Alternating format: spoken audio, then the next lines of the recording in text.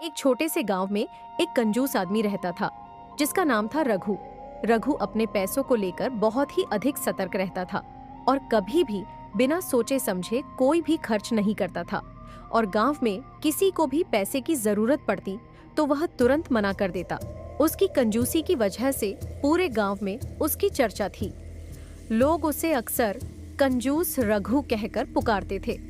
रघु को यह बात मालूम थी और उसने कभी इस बात की परवाह नहीं की। उसी गांव में एक मुरली नाम का आदमी रहता था। एक दिन मुरली रघु के घर जाता है। मुरली को देख रघु बोलता है, और मुरली कहो कैसे आना हुआ, ठीक तो हो ना? हाँ मैं ठीक हूँ। तुमसे कुछ काम था, हमें कुछ पैसों की जरूरत थी। दे देते तो शाम तक वापस कर देता। लेकिन मेरे पास तो आज एक भी रुपया नहीं है जो तुम्हारी मदद कर सकूं। देख लो, अगर हो तो दे दो, बहुत जरूरत थी।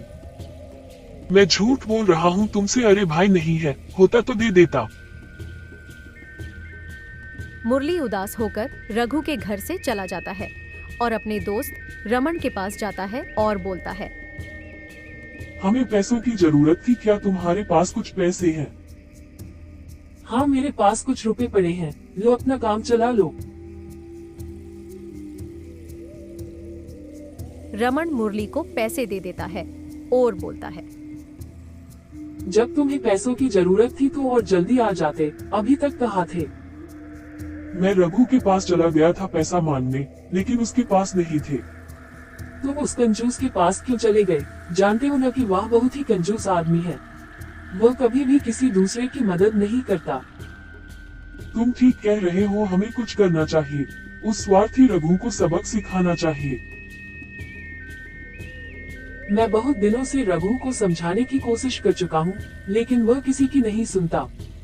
वह सिर्फ अपने धुन में रहता है। पता नहीं वो इतना पैसे बचा कर करेगा क्या जो किसी के काम नहीं आ सकता। वो किसी की बात नहीं सुनता तो क्या हुआ? हमारे पास एक योजना है, कहो तो उसे सबक सिखाया जाए। देर किस बात की, अभी चलो। मुरली और रमन रघु के घर जाते हैं। मुरली के घर पहुंचकर रमन रघु से कहता है, कहो भाई रघु, क्या हाल है? हाल तो मेरा ठीक है, यहाँ कैसे आना हुआ? देखो, अगर पैसे के लिए आए हो तो हमें माफ करना। हम दोनों यहाँ पैसे के लिए नहीं आए हैं, बस तुमसे ये पूछने आए हैं कि तुम इतना कंजूसी क्यों करते हो। चलो ठीक है, पैसे बचाते हो अच्छी बात है, लेकिन दूसरे की मदद तो कर दिया करो। तुम नहीं समझ पाओगे, मेरा एक सपना है कि मैं बहुत सारा धन इकट्ठा करूं ताकि मेरा भविष्य अच्छा हो। ठीक है, तुम अपना भविष्य अच्छा करो, हम दोनों चलते हैं।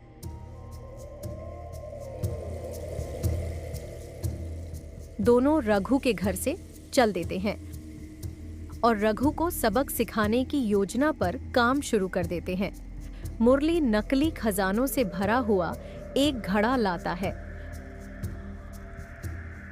और रघु के खेत में रख देता है।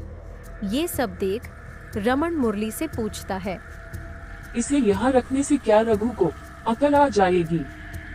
हाँ, इसे यहाँ रखने से रघु बहुत कुछ सीखेगा। अब चलो यहाँ से। दोनों नकली खजाने को खेत में रखकर चले आते हैं। अगले दिन सुबह जब रघु खेत में जाता है तो खजाने से भरा घड़ा देख खुश हो जाता है और वह अपने आप से कहता है, वाह, मेरा सपना पूरा हो गया। अब इस खजाने से मैं बहुत अमीर हो जाऊंगा।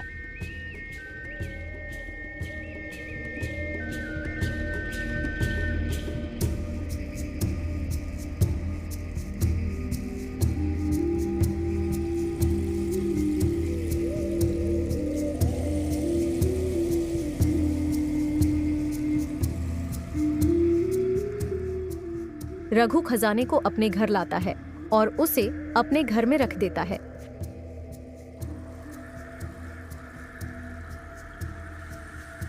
उस रात वह इतना खुश था कि उसे रात भर नींद नहीं आई। सुबह जब रघु उस खजाने को बेचने का भाव पता करने बाजार चला गया, तब रमन और मुरली खजाने को उठा लाते हैं। शाम को जब रघु घर आता है तो उसे खजाना नहीं दिखता। उसे अपने खजाने के खो जाने का बहुत दुख होता है और वह अपने आप को कोसते हुए हाय, मेरा सारा धन खत्म हो गया। मैं उस खजाने को बेचकर बहुत अमीर हो जाता। अब मेरा क्या होगा? आखिर कौन चुरा कर ले गया? तभी रमन और मुरली आ जाते हैं। क्या हुआ रघु भाई, बहुत उदास दिख रहे हो? कुछ नहीं, बस रात को सोया नहीं था। बस थोड़ी सी तबीयत खराब हो गई है। ठीक है, तुम सो जाओ, हम दोनों जा रहे हैं। रमन और मुरली चले जाते हैं। रघु भी सोने के लिए अपने बिस्तर पर जाता है, लेकिन रघु को नींद नहीं आती। उसे बार बार खजाने की याद आती है। सारी रात रघु सो नहीं पाता। सुबह बिस्तर से उठकर रघु गांव में घूमने के लिए जाता है। गांव में उसे रमन और मुरली दिखे। वह दोनों के पास जाकर बैठ जाता है। ये सब देख रमन रघु से कहता है, और रघु भाई सब ठीक तो है? लगता है आज रात फिर से नहीं सोए। क्या बात है, कुछ तो बताओ ताकि तुम्हारी मदद की जाए। कुछ नहीं, बस थोड़ी सी तबीयत खराब है। रघु अपनी परेशानी को छुपाते हुए रमन से बातें करने लगा। जब तक रघु और रमन बातें करते मुरली चुपके से उठकर वहां से चला जाता है और खजाना ले जाकर रघु के घर में रख देता है और वहां से चला आता है। आकर अपनी जगह पर बैठ जाता है और रमन से कहता है, रमन चलो कहीं घूम कर आते हैं। अच्छा रघु, हम लोग चलते हैं। तुम तो हमारे साथ आओगे नहीं, क्योंकि तुम्हें तो बहुत सारा धन इकट्ठा करना है। हमारे साथ चलोगे तो तुम्हारा पैसा खर्च होगा।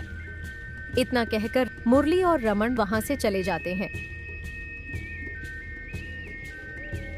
रघु परेशान और दुखी हालत में घर जाता है तो वह देखता है कि खजाना तो अपनी जगह पर रखा है, पर इस बार खजाने को देखकर रघु को उतनी खुशी महसूस नहीं हुआ।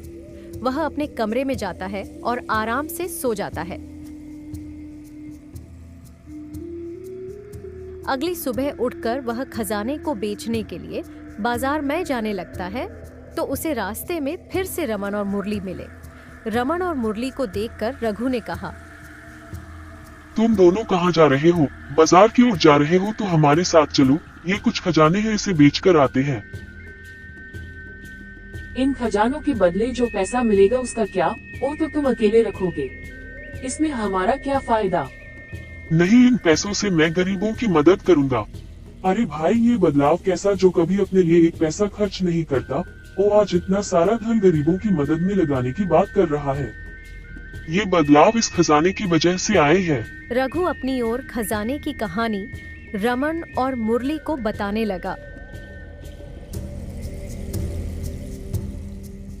रघु की कहानी सुन रमन बोला, अच्छा लग रहा है ये बदलाव तुम्हारे अंदर देखकर। नहीं तो तुम्हारे जैसा निर्दयी आदमी गांव में एक भी नहीं था।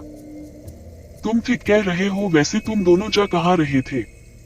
तुम्हें पुलिस से बचाने के लिए। पुलिस से बचाने के लिए? मैं कुछ समझा नहीं। ये खजाना जो तुम बाजार में बेचने के लिए ले जा रहे हो ये नकली है।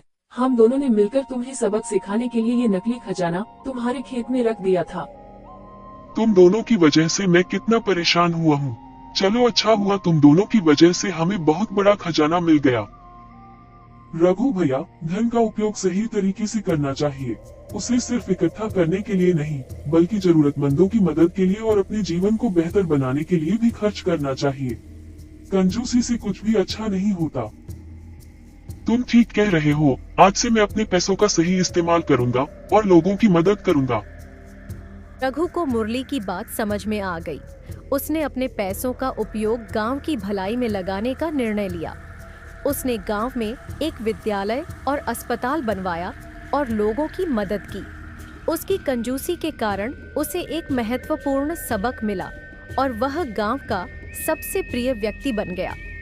इस कहानी से हमें यह सीखने को मिलता है कि धन का सही उपयोग ही सच्ची संपत्ति है। कंजूसी से कुछ भी हासिल नहीं होता, बल्कि उदारता और भलाई से जीवन में खुशी और संतोष मिलता है।